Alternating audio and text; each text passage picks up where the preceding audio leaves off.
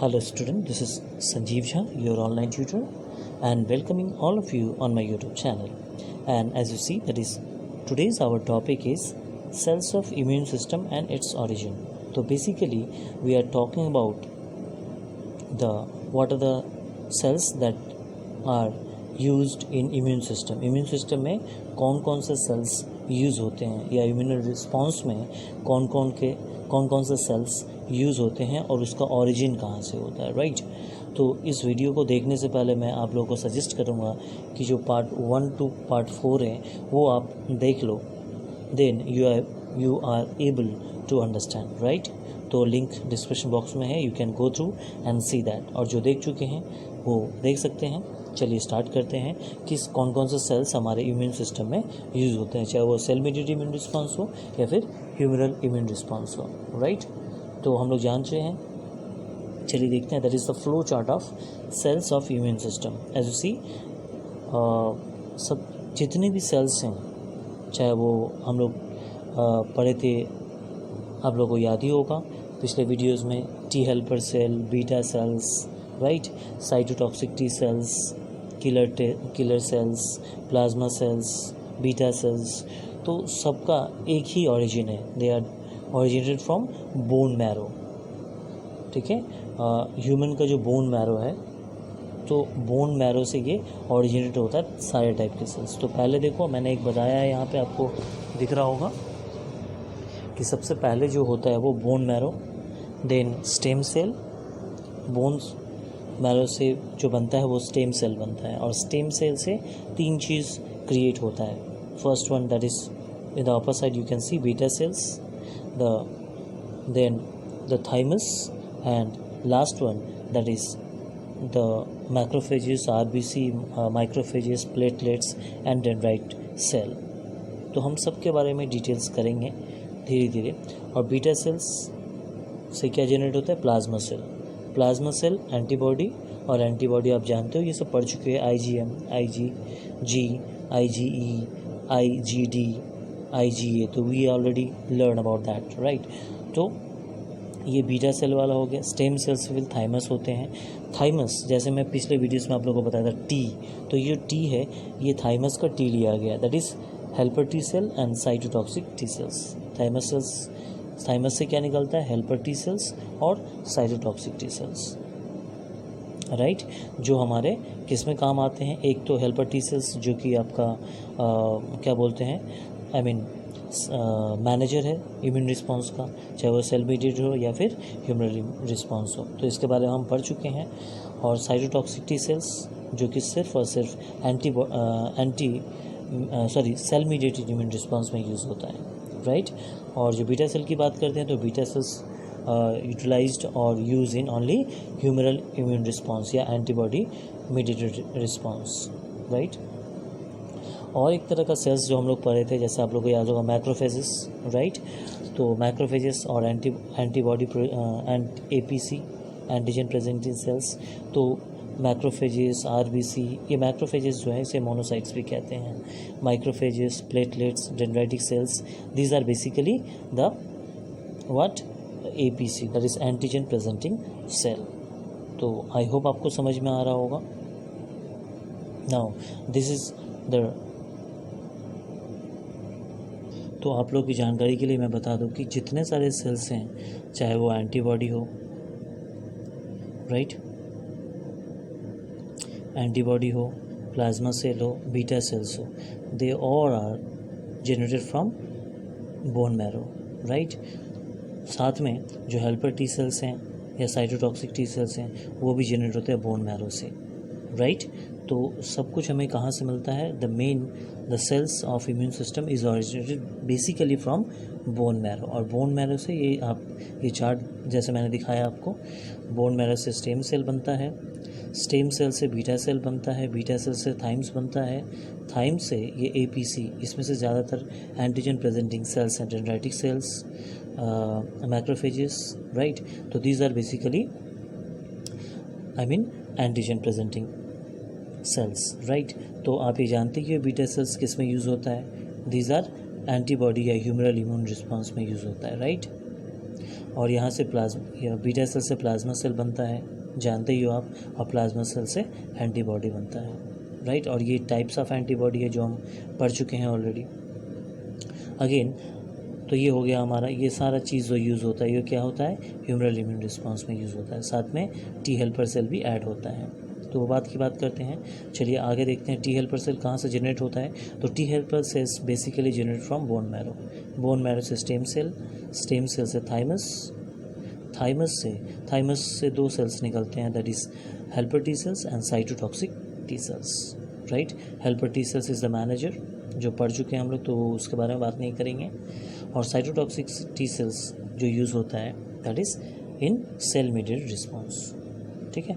इसके बाद आ जाओ एपीसी टाइप जो होते हैं, तो एंटीजन प्रेजेंटिंग सेल्स, ये सेल स्टेम से बहुत सारे मैक्रोफेजेस जिसे मोनोसाइट कहते हैं, फिर माइक्रोफेजेस होते हैं, आरबीसी होते हैं, प्लेटलेट्स होते हैं और डेंड्राइटिक सेल्स होते हैं। तो these are basically the cells that are present और require for immune response, right. और ये इसका ओरिजिन क्या है, इसमें मैंने यहाँ पे आपको डिटेल्स में बताया। आई होप आप लोगों को ये समझ में आया होगा, राइट। तो आप इसको नोट डाउन कर सकते हैं और चाहे तो आप इसका स्क्रीनशॉट भी ले सकते हैं। चलिए अगले क्लासेस में अगले स्लाइड्स में हम देखते हैं, सारे डिटेलिंग करते हैं इसके बारे में, राइट। समझ में आया? चलिए आगे बढ़ते हैं। तो पहला है bone marrow, as you see that is bone marrow. तो जो जितने सारे आप देखे हो, बोन मैरो जो है सबका, आपने अभी देखा कि बोन मैरो जो है, बोन मैरो ही वो प्लेस है, वो साइट है जहाँ से all types of cells is evolved mainly for immune response, right. तो पहला चीज़ है बोन मैरो। तो बोन मैरो क्या होता है, the site in the body where the most of the cells of the immune system are produced as immature और stem cells। तो बोन मैरो से जितने सारे सेल्स निकलते हैं वो सारे कैसे सेल्स रहते हैं, इमेच्योर रहते हैं, मतलब वो डेवलप नहीं रहते पूरी तरह से, राइट। और जिसे हम स्टेम सेल भी कहते हैं। उसके बाद जैसे भी आप देखें तो स्टेम सेल्स, तो बोन मैरो से सारे सेल्स निकलते हैं जो कि मैच्योर नहीं रहते हैं, वो मैच्योर होते हैं, ठीक है, जाके होते हैं फर्दर। तो पहले बोन मैरो से जो क्या समझ में आया, तो bone marrow is the site in the body where the most cells of the immune system are produced, right. Produce होते हैं सिर्फ, जैसे कोई बच्चा जब होता है तो तुरंत थोड़ी जवान हो जाता है, तुरंत थोड़ी बड़ा हो जाता है, तो वो बच्चा रहता है, बेबी रहता है। तो वैसे ही बोन मैरो से जो सेल्स प्रोड्यूस होते हैं दैट आर इमेच्योर, जिसे हम स्टेम सेल कहते हैं, राइट। तो बोन मैरो से क्या निकलता है, क्या डेवलप होता है, immature cells that is stem cells. अब स्टेम सेल्स की बात करते हैं। तो स्टेम सेल्स क्या होता है इसमें, तो these cells have potential to differentiate and mature into the different cells of immune system. Immune system में जितने तरह के सेल्स हैं, चाहे वो एंटीजन प्रेजेंटिंग सेल्स हो, मैक्रोफेजेस हो, राइट, और फिर आप बीटा सेल्स बोलो या फिर हेल्पर टी सेल और टाइप्स ऑफ टी सेल्स जो भी हैं, तो वो डिफरेंशिएट हो सकता है और डेवलप हो सकता है। तो स्टेम सेल में ये कैपेसिटी रहती है कि जितने तरह के सेल्स हैं, ठीक है, जितने तरह के सेल्स आप लोग जानते हो, टी सेल्स, राइट, फिर एंटीजन प्रेजेंटिंग सेल्स, तो वो डेवलप कौन करता है, स्टेम सेल में। स्टेम सेल में आके सारे डेवलप्ड होते हैं और अलग अलग सेल्स में डिफरेंशिएट हो जाते हैं। कोई स्टेम सेल कोई स्टेम सेल से बीटा सेल में कन्वर्ट हो जाता है, कोई स्टेम सेल से साइटोटॉक्सिक टी सेल्स में कन्वर्ट हो जाता है, कोई एंटीजन प्रेजेंटिंग सेल्स में कन्वर्ट हो जाता है, तो कोई मैक्रोफेजेस या माइक्रोफेजेस में कन्वर्ट हो जाता है, राइट। तो स्टेम सेल में आके डेवलप्ड होता है और डिफरेंशिएट होता है सेल्स। समझ में आ रहा है, right. Now third point is that you can see that is thyme's. तो थाइम्स क्या है, तो थाइम्स एक ऑर्गन है, it is an organ located in the chest. हमारे जो चेस्ट कैविटी है वहाँ पे ये देखने को मिलता है, which instruct immature lymphocytes to become mature T lymphocytes. जैसे हम लोग अभी पढ़ते हैं कि जो टाइप्स ऑफ टी सेल्स रहते हैं उसे लिम्फोसाइट कहते हैं। तो इमेच्योर लिम्फोसाइट्स जो है वो थाइम्स में आके मैच्योर होते हैं, राइट, चाहे साइटोटॉक्सिक टी सेल्स हो या फिर हेल्पर टी सेल्स हो या सरप्रेसर टी सेल्स हो, ये थाइम्स में आके क्या करते हैं, डेवलप्ड होते हैं और मैच्योर होते हैं, राइट। नाउ इसके बाद बी सेल्स की बात करते हैं, बीटा सेल्स की बात, तो स्टेम सेल से बीटा सेल में कन्वर्ट होता है। तो beta cells, though these lymphocytes arise in the bone marrow from differentiated to plasma cells which turn produced immunoglobulins और antibodies। तो ये जानते ही हो आप।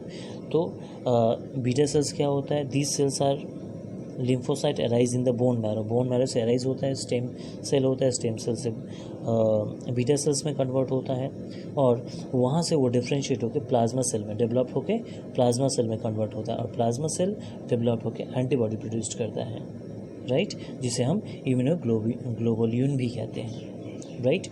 तो ये सब हम पढ़ चुके हैं, समझ में आ रहा होगा। उसके बाद साइटोटॉक्सिक टी सेल्स। तो cytotoxic T cells are mature in the thymus and responsible for the killing infected cells. पढ़ चुके हैं ये चीज़ हम कि बेसिकली साइटोटॉक्सिक टी सेल्स क्या हैं, मैच्योर होते हैं थाइम्स में और that is responsible for killing those cells which are infected by a virus or used in cell mediated immune response, cytotoxic T cells। और दूसरा helper T cells। तो helper T cells, they specialized lymphocytes help the other T cells and B cells to perform their function, ठीक है। तो helper T sales एक special T cells है क्योंकि ये हेल्प करता है, चाहे वो बीटा सेल्स हो या फिर टी सेल्स हो, साइटोटॉक्सिक टी सेल्स हो या फिर बीटा सेल्स हो, उसको अपना फंक्शन करने में ये हेल्प करता है, helper T cells. That's why this name is as T helper cells. ये भी थाइम्स में आते हैं, स्टेम सेल्स से थाइम्स में जनरेट होते हैं और होने के बाद वहाँ पे डेवलप होके क्या होते हैं, हेल्पर टी सेल्स में कन्वर्ट हो जाते हैं। और जब कन्वर्ट होते हैं तो वो हेल्प करते हैं किसमें, टी सेल्स को, जो कि सेल मीडिएटेड इम्यून रिस्पॉन्स में काम आते हैं, और बीटा सेल्स जो कि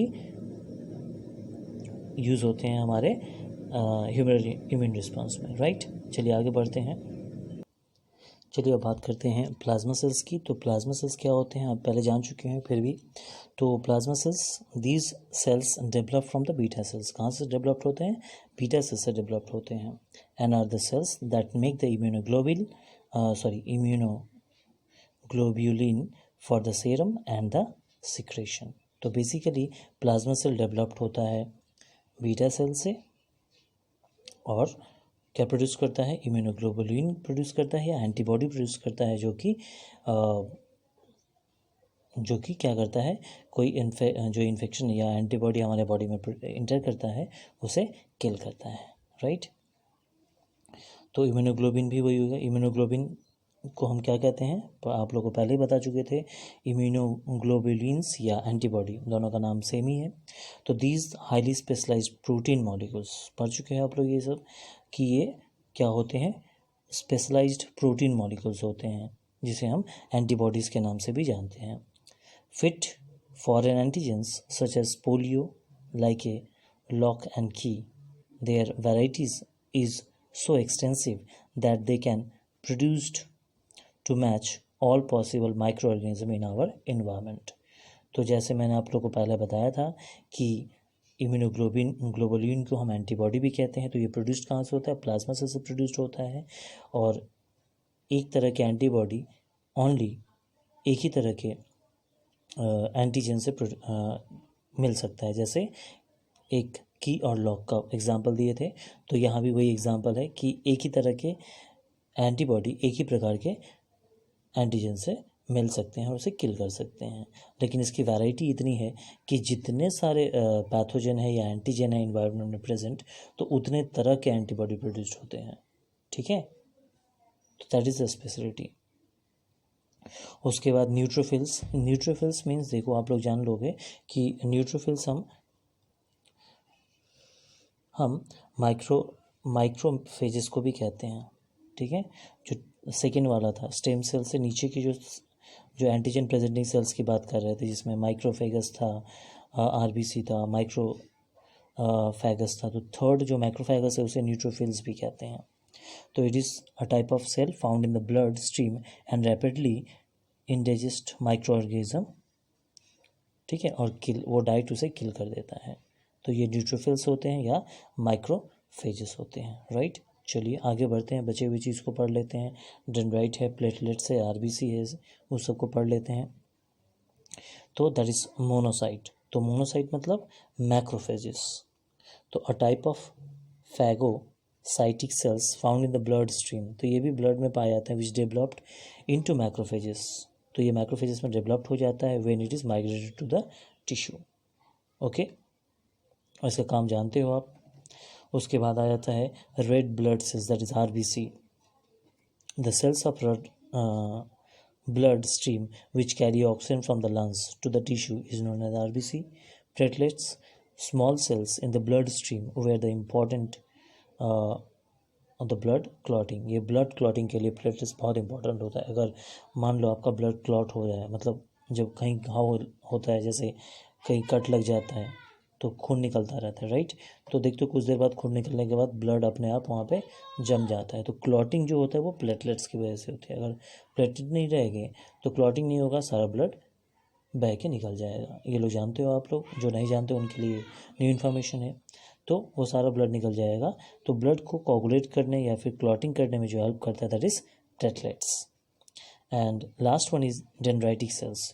तो it is an important cells because in presenting antigen to immune system cells. तो इम्यून सिस्टम सेल्स, जितने सारे इम्यून सिस्टम सेल्स है, जैसे हेल्पर टी सेल्स, ठीक है, साइटोटॉक्सिक टी सेल्स या प्लाज्मा सेल्स, तो इसको इम्यून सेल्स को क्या करता है, ये रिप्रेजेंट करता है।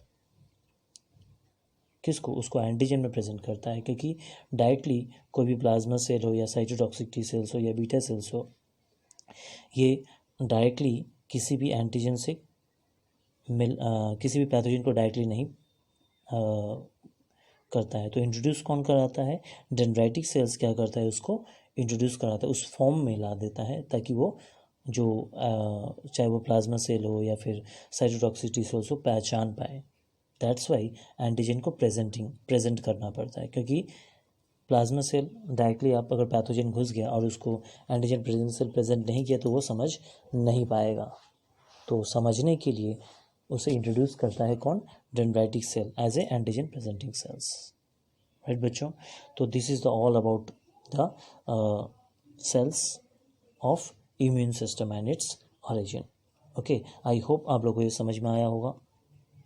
और if you do you have any doubts, you can inbox me, I definitely clear you, okay। So stay tuned with more upcoming interesting educational video. Thank you for giving your precious time and watching.